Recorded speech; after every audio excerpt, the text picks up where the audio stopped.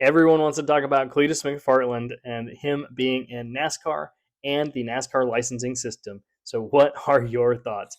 I've heard a lot of takes on podcasts throughout the week with the news about Cleetus getting an RCR deal where he's going to run one race this year and two next. And so that has sparked a lot about should he or should he not be allowed to run in the O'Reilly series, and should the whole system be overhauled. I think that Cleetus brings a lot of eyes to the sport. So this is not necessarily a critique of Cleetus per se, but it is interesting to me that just one truck start in which he wrecked out in the first few laps um, seems to get him approval for the O'Reilly series. It doesn't really make a whole lot of sense to me.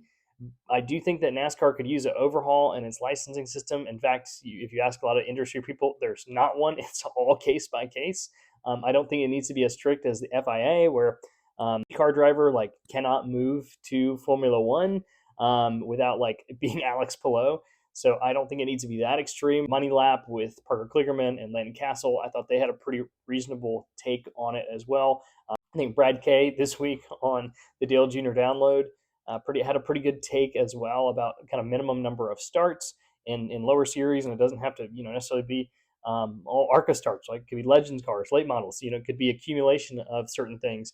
But I think that track time makes a big difference, and obviously one of the biggest factors is teams. Teams need to pay for these rides through sponsorship or through people bringing money, and so it is curious to see if this will spark some change or if it won't.